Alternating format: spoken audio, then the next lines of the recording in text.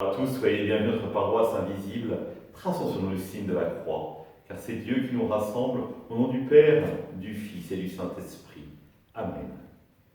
Prions pour nos frères et sœurs malades.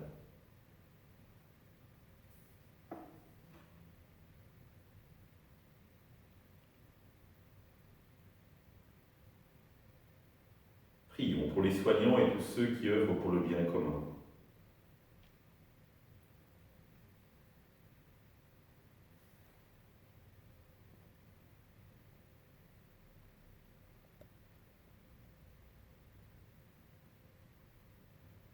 Prions pour ceux qui sont dans l'angoisse, la solitude, que l'Esprit Saint vienne les visiter.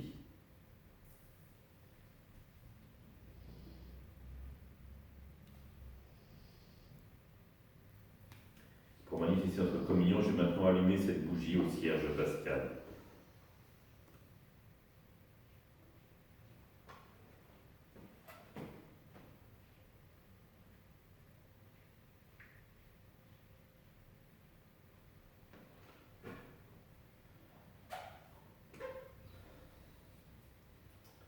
Dans l'évangile de Matthieu, les disciples interrogèrent Jésus. Pourquoi donc les scribes disent-ils que le prophète Élie doit venir d'abord? Jésus leur répondit, Élie va venir pour remettre toutes choses à sa place. Mais je vous le déclare, Élie est déjà venu.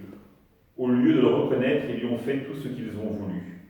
Et de même, le Fils de l'homme va souffrir par eux. Alors les disciples comprirent qu'il leur parlait de Jean le Baptiste. Acclamons la parole de Dieu. Louange à toi, Seigneur Jésus. Alors, le prophète Élie, rappelons-nous un peu, prophète qui a vécu au IXe siècle avant Jésus-Christ et qui a la particularité, dans la tradition et ce qui est raconté dans la Bible, il n'est pas mort. Il a été emmené au ciel dans un char de feu. Et donc la tradition hébreu racontait qu'il devait revenir à la fin des temps pour annoncer la venue du Messie. Et donc cette question, effectivement, que posent les apôtres, quand ils la posent sur l'identité de Jean-Baptiste, c'est l'identité de Jésus qui est en cause, évidemment. Et Jésus confirme qu'Élie est bien revenu, mais ils ne l'ont pas reconnu. Et ce qui est remarquable, c'est que les disciples comprennent que Jésus parle de Jean-Baptiste. C'est-à-dire l'événement, on est au chapitre 17 de l'évangile de Matthieu, l'événement a eu lieu bien auparavant, avec l'annonce de Jean-Baptiste, la mort de Jean-Baptiste, et Jean-Baptiste commence à faire signe pour les apôtres. Mais ce qui est remarquable, c'est que Jésus leur dit, le Fils de l'homme va souffrir par eux. Et ça, leurs yeux, leurs oreilles ne sont pas prêtes à entendre cela. Ils n'entendent que pour Jean-Baptiste. Et ça nous invite finalement peut-être à réfléchir sur notre oreille. Est-ce qu'elle est vigilante sur tout? Ou est-ce que finalement, c'est toujours a posteriori que nous comprenons le sens des événements?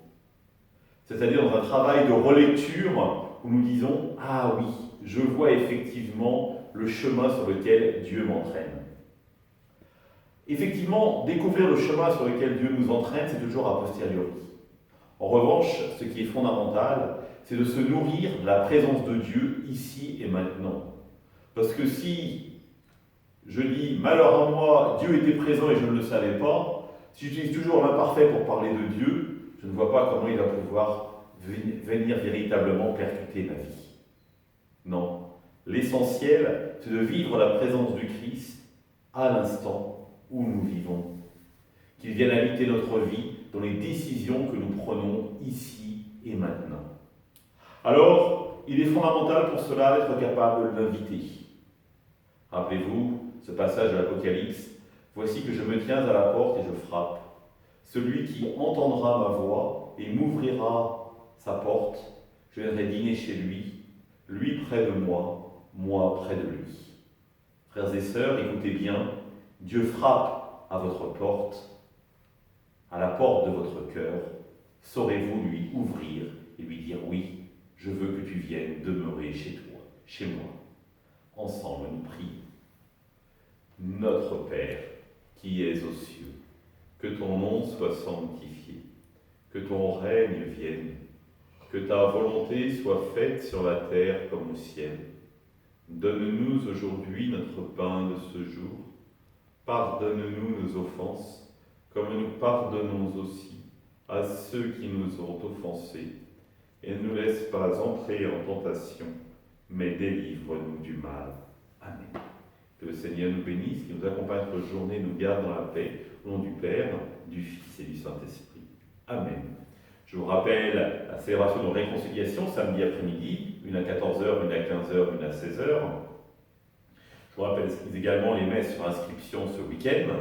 Et vous pourrez écouter, on va mettre en ligne le témoignage de Marie-Geneviève qui va nous dire comment elle a rencontré Dieu. À demain.